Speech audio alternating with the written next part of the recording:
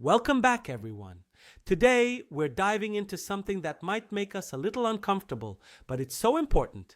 We're talking about two dangers in the pursuit of God: modern day idolatry and dead orthodoxy.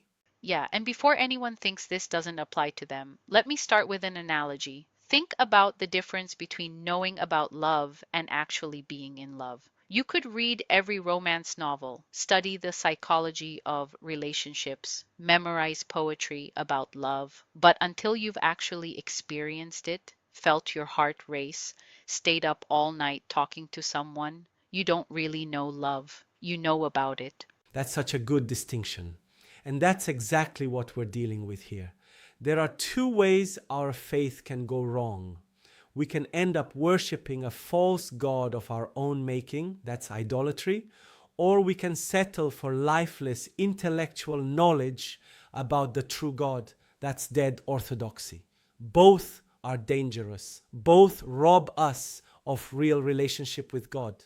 Let's start with modern idolatry. When we hear that word, we might picture ancient people bowing to statues. But idolatry today is much more subtle and, honestly, much more prevalent than we'd like to admit. Absolutely.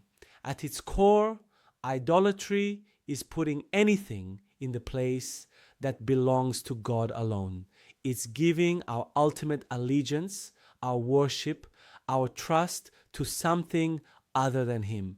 And here's the thing: it doesn't have to be something bad, it can be something good that we've made ultimate. Right, like materialism. That's probably the most obvious form in our culture. We live in a consumer society where we're constantly told that the next purchase, the next upgrade, the next experience will finally satisfy us. But Jesus was crystal clear about this. In Matthew chapter 6, verse 24, he says, "No one can serve two masters. Either you will hate the one and love the other, or you will be devoted to the one and despise the other. You cannot serve both God and money." And it's not just money or possessions. There's also what we might call ideological idolatry. This is when we take a political position, a social cause, even a theological system, and we make it more important than God Himself.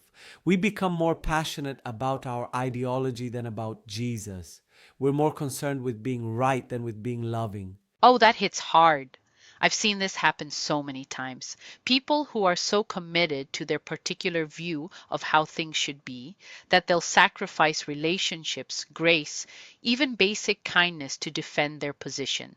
The ideology becomes the idol. Exactly. And here's where it connects to our second danger: dead orthodoxy. Because sometimes our theology itself can become an idol. We can be so focused on having correct doctrine that we miss the living God our doctrine is supposed to point us toward. Okay, so help me understand dead orthodoxy better. What exactly are we talking about here? Let me give you another analogy. Imagine someone who's a trivia champion about marriage. They've memorized statistics about successful relationships. They can quote marriage experts. They know all the theory. But they've never actually been married. Compare that to someone who's been happily married for 30 years. They might not be able to articulate all the theory, but they know their spouse. They have a living, breathing daily relationship. So, dead orthodoxy is like being the trivia champion instead of the spouse. Exactly. It's having all the right answers about God without actually knowing God. It's orthodoxy, right belief, but it's dead because there's no life, no relationship, no transformation happening. What are some signs that we might be slipping into dead orthodoxy? Well, one major sign is when we can talk about God eloquently, but our lives don't reflect His character. 2 Timothy chapter 3 verse 5 describes people who have a form of godliness but deny its power. They look religious on the outside, but there's no real power, no real change happening in their hearts and lives.